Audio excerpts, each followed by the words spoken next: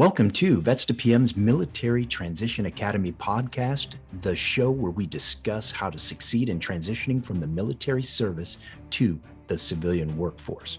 This show and the academy it represents helps veterans transition into meaningful, lucrative post-service careers. Your primary host is Eric Doc Wright, PhD, certified manager, military veteran, serial founder, best-selling business author, philosopher, linguist, and coach. Your other host is Jeremy Burdick, project management professional, scrum master, product owner, and retired Air Force chief, and the current COO of Vets to PM and the Professional Development Unit University, where we will interview veterans successful in corporate America and business to bring you nuggets of wisdom every episode to make you more successful. Next, let's introduce today's guest. Our special guest today is Scott Medlin, a Marine veteran, went on to be in law enforcement for about 15 years, and in 2020 wrote his first book about his harsh personal battle, realizing just how serious the suicide threat is for many people. He speaks openly about PTSD, addiction, depression. He's a relatable, dynamic speaker. I had a really good time talking with him. He's an author, content creator, and he's got some courses for you as well. And today he's one of the top ranked police podcasts and much more. You can follow him on his YouTube channel, and I'll put the link to his website, but it's thescottmedlin.com. All right. So our guest today, Scott, so good of you to join us today. I want to kind of get to know you a little bit. You had one of the most unique ways of capturing Doc and I, the other host, that's attention by recording a quick little YouTube snippet of what you wanted to talk about, kind of what you are and who you are and some of the paths that you've walked. So not to, I don't want to have to people go watch that, but ultimately I thought it was a really great approach to reaching out. And where'd you come up with that? Like, how long have you been doing that? Oh, not long. Just the last few months, honestly. I just felt like video is really in. People don't like to read as much as they used to. Our attention spans are getting shorter. So I figured a video would be more personable and just keep attention a lot more. And I mean, what do you know? It's working with some, and I appreciate that, Jeremy. Yeah. I really liked it. I thought, man, we've got to get him on the show. So tell me a little bit about your path, like a little bit of the history. Give us a quick overview of your like military style service, and then what you transitioned to, and then now what are you doing? Yeah, roger that.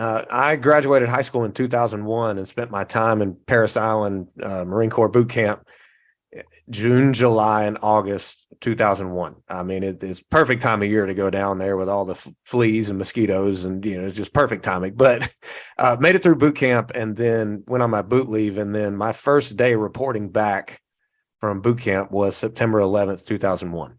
So there I am, a fresh new Marine, getting off the bus at Camp Lejeune, and a Lance Corporal greets us getting off the bus and just says, "Hey, a plane hit the World Trade Center." And like many other people thought at first, we thought it was an accident. Long story short, here I am along with many other new Marines, and we just know war is coming. And to fast forward just a little bit, I was in the reserves because I planned on going to college and then going through OCS and then become a commissioned officer. But in 2003 and 2005, I was deployed for Operation Iraqi Freedom. And after those deployments, I realized I wasn't going to go through with the commission route. I actually got treated for post-traumatic stress disorder after the 2005 deployment. There was an incident that nearly took my life. And then I just felt a calling to work in law enforcement. So I got out of the Marines, worked in law enforcement after graduating from college and getting out of the Marines, and worked there for almost 15 years. But unfortunately, I just thought I was fine. I was in denial about certain things when it came to my mental health. And just like the military, law enforcement has a high rate of suicide and mental health conditions, to which I didn't know about well until after 10 years into the career. And it kind of made me mad, thinking, wow, what if this is such a threat? Why wasn't it emphasized as to how we could prepare ourselves? I got out of law enforcement for family reasons and to pursue another opportunity to speak to people across the country about the need to take care of yourself, because I didn't do it when I should have. And it almost led to me losing my marriage and to some other health health concerns as well. And so that's what I've been doing the last few years, just speaking across the country to mainly police officers, but first responders as well, to which many of them have prior military experience. And I really teach them, look, we got to stop surviving. It's time to start thriving. Show up for you, and you can live a life you never thought possible. I'm proof of it. I'm not saying it's easy, but it's worth it. We were put on this earth to do great things. Let's keep doing great things. Wow. Wow. What a cool history. And then, the unique perspective you have from one Marine law enforcement, and then now speaking to other people, and you see that there's a lot of crossover. So I think that's pretty interesting. What did you find, with the transition from the Marines to law enforcement? Did you figure that was, because we have a lot of listeners that are out there about the transition too. So I don't want to skip over, hey, maybe this is a career field you would like as well. Did you find it was pretty welcoming for a former Marine / Army's Air Force? You felt like it was a pretty good transition? Oh, absolutely. Just that kind of paramilitary structure, but also just the camaraderie, the teamwork kind of thing. And no day was the same. It was definitely an easier transition for me to go from military to law enforcement. And also, I mean, hey, there were a lot of different technical things from the military you could apply in policing. Like I didn't have to learn about chain of command. I mean, I learned about it, and I respected it going into it. It's the simple things like that some might not even think of if they're not in the military and they're working in law enforcement. Like, military set me up for a lot of easier roads to cross in law enforcement. And I was really surprised at just how many police officers I worked with who were prior military. And you better believe if, I, a Marine, came across an Army police officer who was in the Army, we made fun of each other till shift was over. And I mean, it was just part of it, but there was a camaraderie there for sure. Yeah. It's that brotherly love, I mean, not to take away the, sisterly love as well, but, it's just that ribbon that you give someone else, knowing that you're still on the same team. Yeah, absolutely. Cool. So talk to me a little bit about the identity crisis as, from internalizing your military occupation into your own personal identity. Like we all become, like, for me, it was like, hey, okay, I was a high school kid, went into the Air Force. Now I'm a sergeant. So my identity really was like Sergeant Burdick for the longest time. And then, that as you begin to transition, that changes. And so you kind of got to be back to Jeremy Burdick. So first name, not Sergeant, first name Jeremy again. So talk to me a little bit about that and how you kind of dealt with internalizing that identity swap, if you will. Yeah, absolutely. Well, first off, I just wish someone would have told me ahead of time, your rank is not your first name. Your first name is your first name. I mean, a simple message like that could have definitely shifted my mentality in the right direction, so far as who you are is way more important than what you do. Now, I understand the military can be a calling for many who get in. I understand that. When I speak to law enforcement, it definitely is a calling. Those who get in it because they need a job typically don't last in it. So it's definitely a calling. I'm not saying you have to undermine the calling. You have to undermine your passion for it, but please don't ever internalize it as to who you are. One of the most heartbreaking moments that I had, this was when I was in law enforcement, was I was coming on to day shift. The night shift that we were relieving had unfortunately had a very long night at a house where a service member was told, basically, he was being forced to retire from the military. He took his own life in a state of rage and panic. He took his own life because his family said he didn't see what would life be like without the military. He had internalized it, and it just became his identity. And everyone says, "Oh, I'm good. I'm not going to internalize it." I mean, that happens to other people. That's one. What do we say in the military? Complacency kills. Well, complacency also gets you into a bad place mentally, and nobody internalizes it on purpose as to who they are. But it can happen. So please don't be closed off to this concept, because way too many of us fall for it. I know I did, particularly in law enforcement. But I like to tell veterans or first responders, whoever I'm talking to, it is easy to get wrapped up in your job or your career being who you are and letting that define you. I say, find out what drives you. Are you a person of service? Do you like being around other people? What gets you up in the morning? It has to be a concept of who you are. That should get you up, and your strengths, and then also your weaknesses that you work on. That's what you should focus on, so that no matter where you are in life, you can focus on those strengths. You don't have to rely on an external factor of an organization you're a part of as being you.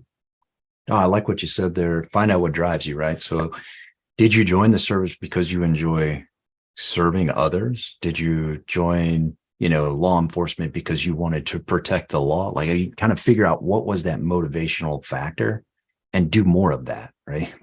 Yeah. Find some, fills that gap when you get out. Like for me, I know it was service. It was also like trying to be a part of something bigger that was helping society in some way. And so after the military, I kind of like, whoa, well, now what do I do? Like, how do I still scratch that itch or fill that gap? And it's turned into helping veterans find meaningful and lucrative careers. And that to me has been a way of continuing service, just not wearing the nation's cloth anymore. So, what do you do now as like a personal tip to help people kind of figure out what motivated them? Any kind of steps or tips or tricks you could give them? Yeah, well, like I did mention, find out what your strengths are and what wakes you up in the morning, what drives you. But I would, if you really don't know, then find someone who you trust, find family members, friends who have known you for a long time, and say, "What do you see me doing now? How can I give? What do you like about me, and how can I make an impact?" I know it sounds cheesy, but someone who is honest with you, someone you're close to, they'll tell you, you're really good at helping other people through whatever issue they might be having, or you're really good at building things, you're really good at fixing things, or you're really good at just lightening up a room when you walk in. All these things you start to piece together. Okay, this is who I am. This is what people see in me, and I like doing this, so I can figure out a way. And the good thing is through the military and transition podcast or other things, even a quick Google search, you can find a way to provide service to others based on the skills that you have. Yeah, that great answer. And I think bringing that third party perspective into it is so incredibly important, because it's that Johari's window, like what you know about yourself, what others know about you. If they give you some information, hey, you know what? When you're riding a motorcycle, you're just smiling ear to ear, right? Like, you may think you're enjoying it, but other people also see that enjoyment. Or like what you said, fixing things. Like I get lost in some of the, if I'm building or creating or refining, like it's even down to something as small as a birdhouse. It's like when I'm using my hands to create something, time kind of stands either still or accelerates, but regardless, I'm not looking at a ticking watch. I just don't even know what happened over the last 4 hours. And I'm like, oh man. And I come in, I feel fulfilled. I feel, useful, to put in lack of better terms. I'm happy. So I think if you find that, and my wife would be able to tell me that, she would say, when you're out there doing that, like you're just happy. So I love the third party perspective thing. And how do you give back? Like, how do you take those talents and push them into something useful? Like, like you bring up, take what you know and put it somewhere. What's some good suggestions for that? Well, it really comes down to the concept. In order to pretty much feel happiness, we have to grow as people, but make progress towards things and give to others. I mean, when I'm just going through easy times and I'm focused on me, I have never become a better person because of that. But when I'm going through hard times personally and I figure out a way to overcome them and then help others go through the hard time as well, or whatever the case may be, that's where growth and progress and then happiness is. That concept really came to mind when you were talking about how you don't even see the time go by because you're doing something. There's progress there, and that's why I try to tell veterans and first responders, just do something, and the more you might not see a overnight change, but there will be progress, and progress equals growth, and it can bring happiness, and then giving to others. Because I love the phrase, whenever you feel helpless, become helpful. Giving to others is amazing. And even if it's, hey, Okay, I like to work with things in my hands. I'm not like you, Scott. I don't like to get up in front of people and talk. That's fine. Okay, so you make the birdhouse. All right. Well, sell it. Somebody gets value out of it. Stuff like that. Yeah, great. Yeah, between online posts, your personality, podcasts, doing videos, kind of like what you did, and then public speaking. Most people are deathly afraid of that, like myself. But but the whole idea of it, it's personalized for you. It's your journey, right? Yeah, absolutely. And I would like to backtrack just a little bit when you mentioned, or when I brought it up, but then you elaborated more on how, yeah, someone close like you, your wife, would be able to tell you what you enjoy doing or what your strengths are. That can also work with dealing with the very real threat of mental health issues. So what I say to people is, please get out of your own way, drop your ego. None of us are ever perfect. So if there is an underlying issue, say a family member comes up to you and says, you're not enjoying the things you used to enjoy and you've lost that zest for life, that's not an insult. It is not an attack on you. They want you to be your best self. There's nothing wrong with that. It's out of love. So they can also point out things whenever the real threat of mental health issues or suicidality are starting. That's another reason why it's good to ask people that you're close to how you're doing and what you can do better at. But I mean, we need to help each other for sure. Yeah, I couldn't agree more. You wouldn't go take on, a giant task by yourself when you were in the military. You would Yeah, have good point. Yeah. you'd have a buddy. You figure it out together. It's strength in numbers. I mean, and you see it even in wildlife. You don't just go out there as a single antelope. You run in a pack because there's strength, and it's a multiplication factor. And those having yourself, and I like the way you say it. It's like it's somebody that you truly trust and it's coming from love. Mhm. That's not your 10,000 followers on Facebook. That's Yeah. not post your problems, right? You post it to your inner circle of people that love you and want to help you and see you happy, right? I like that. So well said.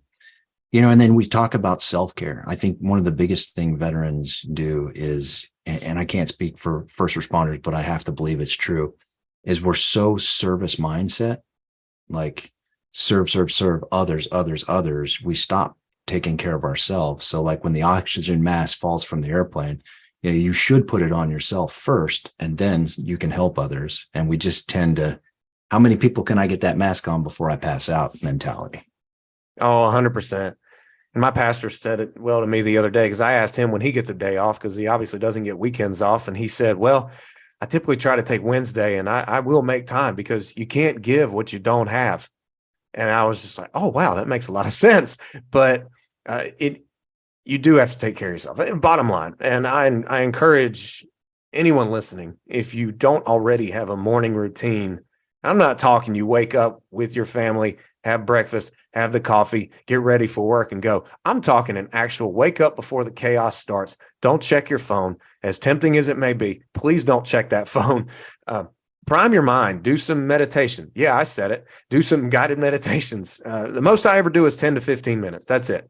But even if I wake up in kind of a bad mood thinking about past memories or past traumas, the guided meditation will get me focused on the future. And there's actually emotions felt for the future, which is great, because it means that the past is not holding me back. And that's very important. But there's other things you can do. Get a good morning workout in. I mean, it's been tested and proven time and time again that it releases chemicals in your body that antidepressant pills also help release in your body. So it's essentially helping your mental health as well. Just my main thing is take time for yourself before jumping into the helping of others for the day or the chaos for the day, because life's going to happen. And you just want to take that time for you and prime yourself so that you can do that much better, because I know that you want to do well for others. Well, you can do that much better for others, which you do care about, because you're service members. You care. You can do that much better if you take that much more time for yourself. And I think sometimes we fall short of making that equation, saying, yeah, I'm doing so much for other people, but wait, if I take care of myself, I can do a heck of a lot better. So let's work on being better. Yeah, right. The quality of care for service for others would be better if you've got a full well inside of your body to start dipping water out of. I like that. I like the pastor. I also heard Dr. Caroline Leaf she talked about if you pray / meditate for 15 minutes a day, in 6 weeks, you've created a major change that they can see on an MRI in your brain. It That's just amazing. different neural pathways. Like it's really, really cool. And I thought to myself, that's something. It's a little bit harder to do than it is to say, right? 15 minutes when you're by yourself in your own head is a Yep.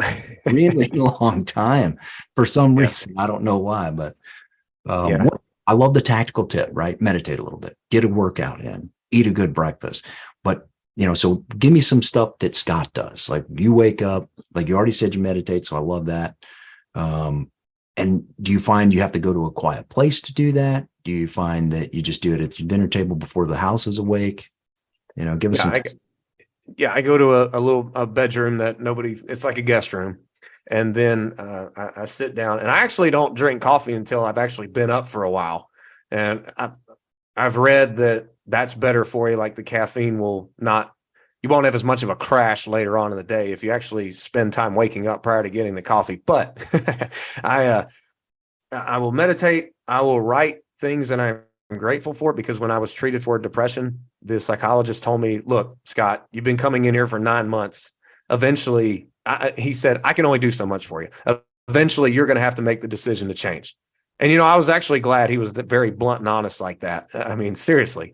And he said, I don't know if you're ready for this, but here you go. You need to write down things that you're grateful for at the beginning of the day and at the end of the day. And what do you know? 30 days from that time, I was actually more aware of positive things in my life, and it worked my way out of depression. So I still do that to this day, because the last thing I want to do is think, well, I'm fine, I don't need to do it anymore, and then I fall back again. So these are all proactive things. Just like you can't work out at the gym once and then be in the best shape of your life. You can't work out your mind once and be in the best shape mentally. Absolutely not. You got to keep doing these things over and over again. And then I read.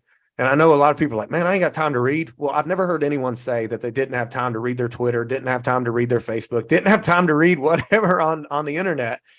So seriously, get a good book, because when you wake up in the morning, our brains are in a very moldable, impressionable state.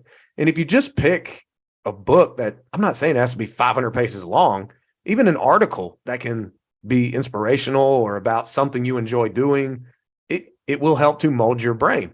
And there is this really big word that I speak about when I'm either teaching or speaking on stage, is neuroplasticity. Now it's a lot of people know about it now because of information provided by the internet. But if you haven't heard about it, it's really kind of cool, in the sense that our brain is like that big root word in that word, neuroplasticity, plastic. And if plastic's really thin, you can bend it, mold it, and our brains are no different. I'm not talking about physical shape. I'm just saying it can really rewire itself, just like you had mentioned, Jeremy, from that doctor's study. So keep wiring. And that's what I do in the morning. I'm just wiring my brain for better success than had I not done it. And when life hits, which it will, it just knocks you down. You don't know how to get back up. So that's what I do in the mornings. Yeah, that's great. That's great. Hold off on the coffee just a little bit. That may be a tough sell for me. It is. It's very tough. But just to recap a little bit, find a quiet place, do some thinking, and then get your workout routine in. But also, I really love the read the book thing. And I did just read, I listened to this podcast and they were talking about, and I'm sorry, I don't remember the name. The host was Craig Rochelle, but he's talking, this guy's bringing out a new book, and he talks about there's 10 billion, brain cells like up there, and they're like a tuning, like an antenna, Mm-hmm. and essentially they pick up on the positive and negative. And if positive thinking over and over, and you begin to, I love it, you're writing in a grateful book, right? That's a whole nother thing. That's a whole nother level of, you're going to force yourself to be triggered towards positive. You begin then to be an antenna for other positive things. And it's just like, you buy a Jeep Wrangler. All right, great. All of a sudden you just see nothing but Jeep Wranglers on the road. Yep. That's that reticular activating system in play. Yep. That's right. That's right. And so if you begin to be positive, like you say, go, waking up and thinking about something positive, and maybe going to bed, write one thing that was positive from the day, those two actions alone you'll start to see more Jeep Wranglers, right? I mean, that's how it's going to work. You're just going to see more positive things in the world. And instead of, watching the news channel that's just pounding you with negativity, or you see other people being successful and you feel like you're not, like, that's just a negative outlook. Change the outlook. Yeah. Comparison's a bad one. And I'll admit I'm weak at that. Like, that's the one I'm very aware I need to work on each and every day. I'm not bashing the success of others, but there's been some people I have unfollowed because I find myself comparing me to them, and that, man, comparison will rip your heart and mind right out. So I'm glad you brought that up. And then I forgot to mention that meditation, particularly for veterans who did time in combat, guided meditations are better, because if you sit in silence, unfortunately the memories of the trauma and the past experiences can just take over. Whereas if you're doing a guided meditation, you can be told what to think about, and it's a little bit more structured. So you're not sitting in silence with those thoughts that are running rampant. And if you do find yourself, your mind wandering during the guided meditation, it's okay. Don't beat yourself up. Go right back to it. And eventually over time, it'll get better. But guided meditations, and I forgot to mention that. No, that's a great point. And I think that's where I struggle the most, is like, if it's just silent, the strongest thoughts take over. And in my life, they typically begin to be negative. Like, I tend to think negatively about it because I'm not practicing what I'm preaching. I'm not doing it. So I think in the beginning, do the guided. I like that. Great. Yeah, do the guided, and just understand that our brains are not built to make us happy. And I wish I would have known that a lot earlier in life, but you do not have to work on being negative. You do have to work on putting an effort in to build your mind up. And it's key. It really is. Yeah. Yeah. Great point. They're not made to make you happy, but they are designed to make you survive. And unfortunately, it's like that cortisol. It's real easy once you've been a first responder or military to turn that cortisol pump way up. And like, everything is, the door slams weird, now I'm triggered, right? Now I'm going into, okay, where's the gun? Where's the, whoa, slow down. It was just a door. It's okay. Yeah. So unfortunately, so what are you, what else you want to go with this? Like, are you, as you begin to do your talks across the nation, what have you found to be some of the most effective things that people come back and say, you know what, Scott, I listened to what you said. I tried this. I've made some changes, give me some good news stories.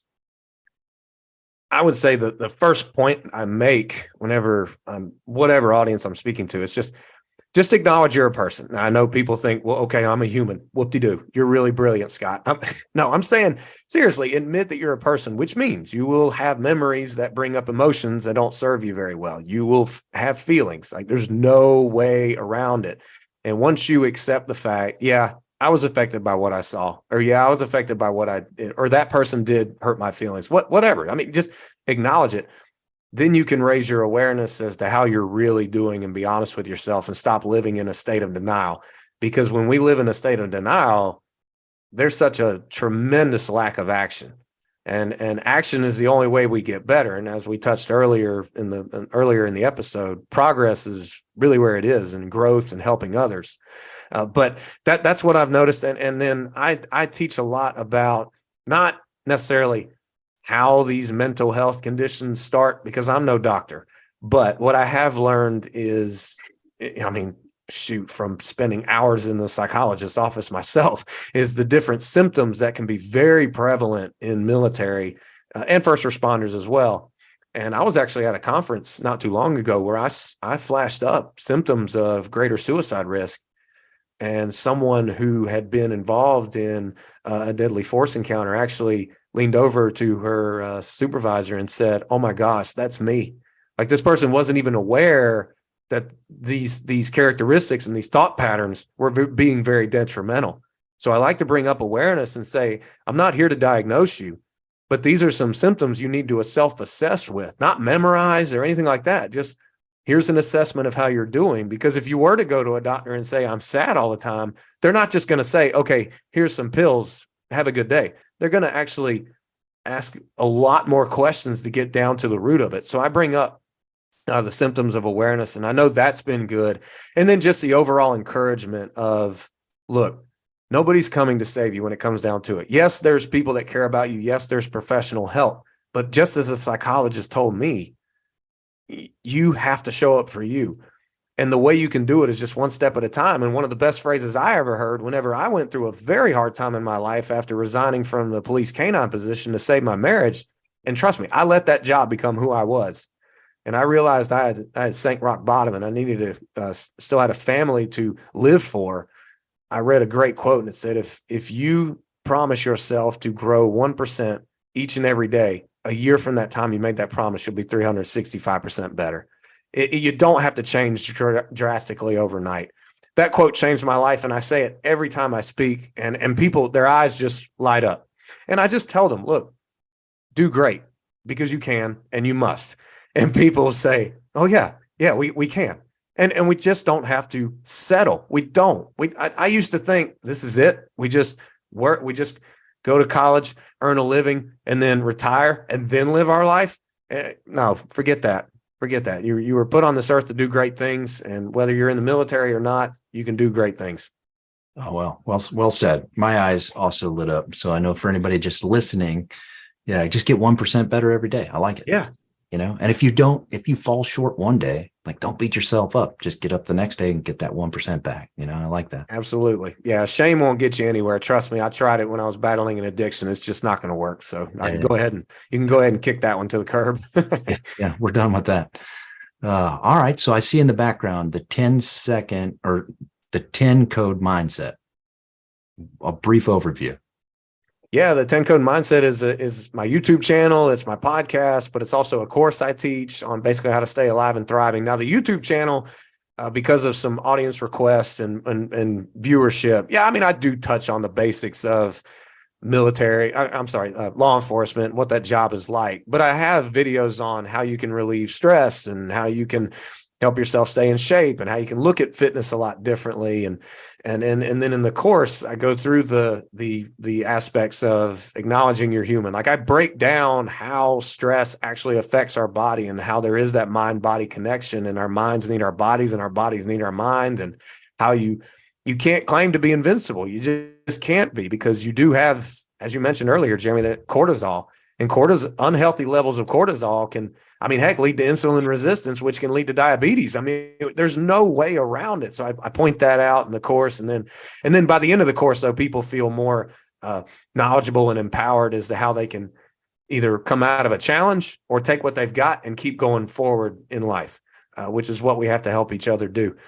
So the 10 code mindset is definitely all encompassing, and obviously, with it being named 10 code, it has the police vibe to it. But trust me, we're all human. So this is for people. Right. Yeah. No, I love it. I love the body-mind connection. There's a lot there.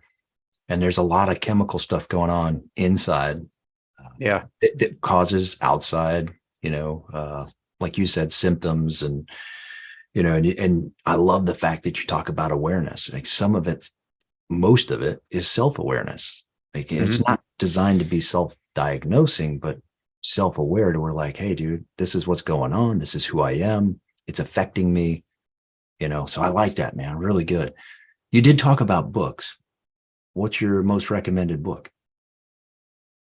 Well, I wrote one in 2020, Mental Health Fight of the Heroes in Blue, but it can really help the military as well, so far as just breaking down how trauma affects us, particularly if you did time overseas, whether it be Afghanistan, Iraq, or wherever, how it can break down, and then give you coping strategies as well that cannot be ignored.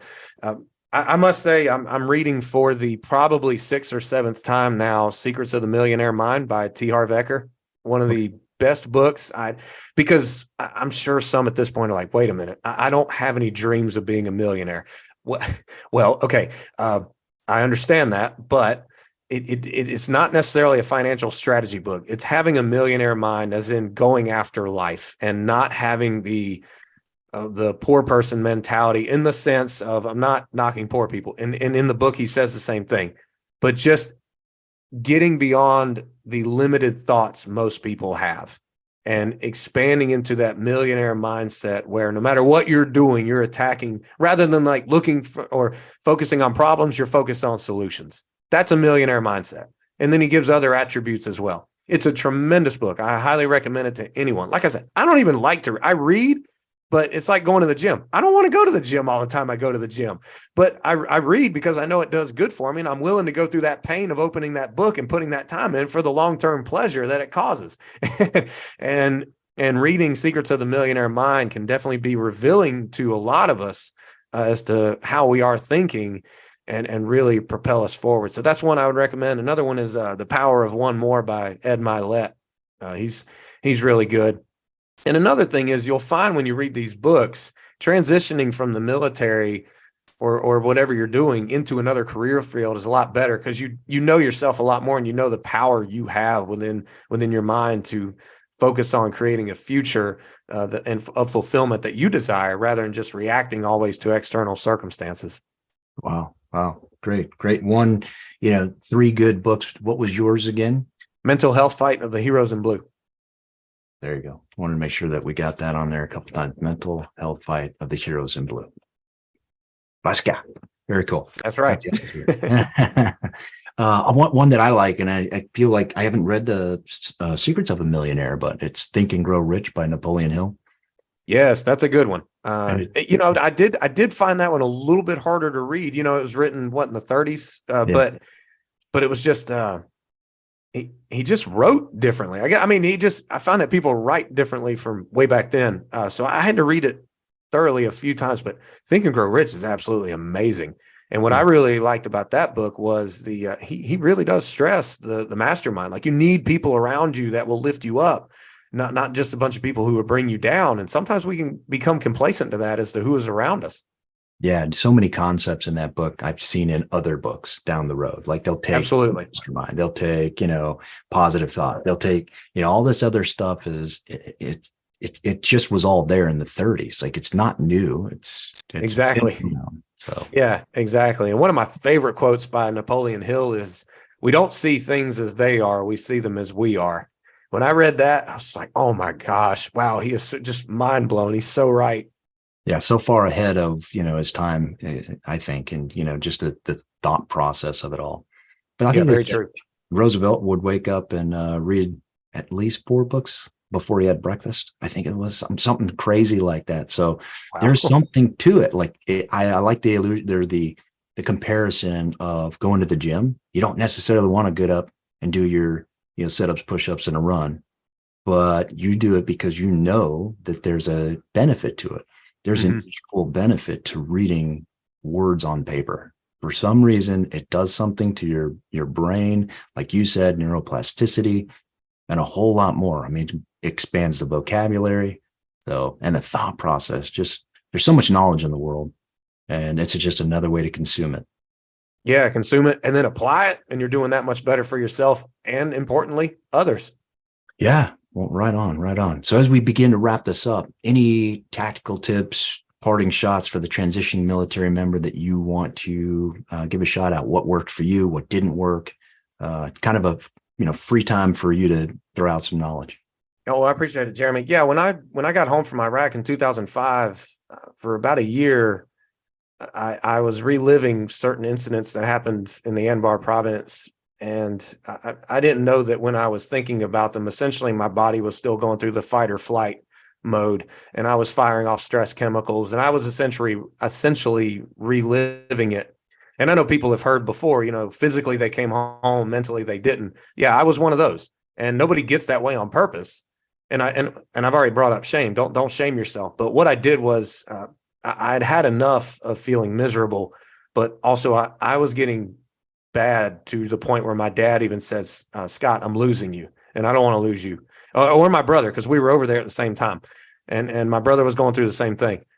So I got treated with neuro-linguistic programming, where basically I was able to disassociate the emotions with the memory, and I didn't relive it first person. The doctor actually told me to think about it third person, which was the first step in disassociating from the memory. So if you, to this day, even though all that for a lot of veterans was years ago, even if you didn't experience combat, you never know what trauma you can experience in life, because I think the CDC said at least 1 to 2 traumatic incidents in everybody's life. You will go through it. Disassociate from the emotions that attach to the trauma. And if you need professional assistance with it, there's no shame in that. You're just a person and you're asking for help. The same analogy goes for when a person wants to get in better shape, they go hire a personal trainer or look on a YouTube video for help. That treatment honestly changed my life for the better. And I repaired my relationships, and the flashbacks, the nightmares, the anxiety attacks, they stopped. And it was very effective. So I want to put a plug in for professional treatment. There's all kinds of forms of professional treatment out there, but I do encourage you to research these methods and then research who you're going to go see. I didn't research someone one time through the employment assistance program, and she was awful, and it was a total waste of time. And I left feeling more upset.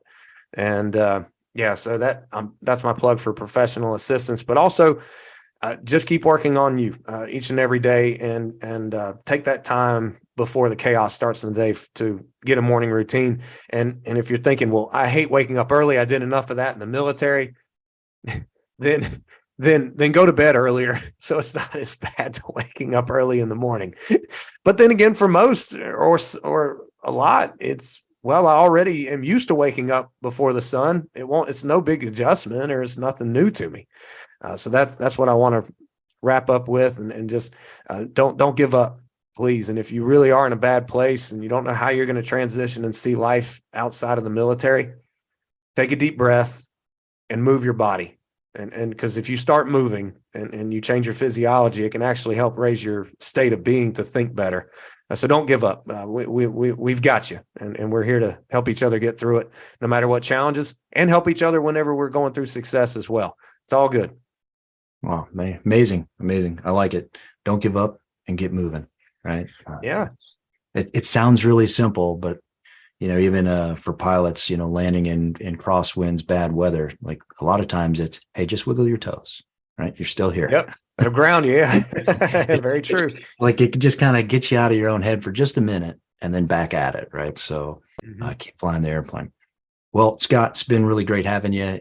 Is there anything contact wise you want us to do? I know you got a YouTube channel, but for anybody listening, if you want to spell out anything, how we can get in contact with you, that'd be great. Yeah, sure. thescottmedlin.com. That's my website. You can get in touch with me. And then there's also a free mental quick guide you can sign up for. I've got a free 5-minute training.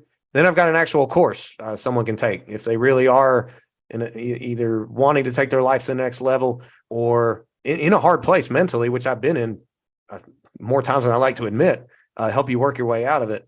Then there's the 10 code mindset course, but also a way to get in touch with me. So thescottmedlin.com. Perfect. And I'll throw that in the link for the video and during the description on the podcast. So they'll be able to hit you up there. Outstanding. And I appreciate you having me on, Jeremy. It's been my honor. All right. Likewise. Thank you for tuning in and spending a bit of time with us at the Military Transition Academy, powered by Vets to PM. If we piqued your interest, but you want more details, please head over to the website, vets2pm.com, and see if we can help prepare you for a better tomorrow or a future meaningful and lucrative career.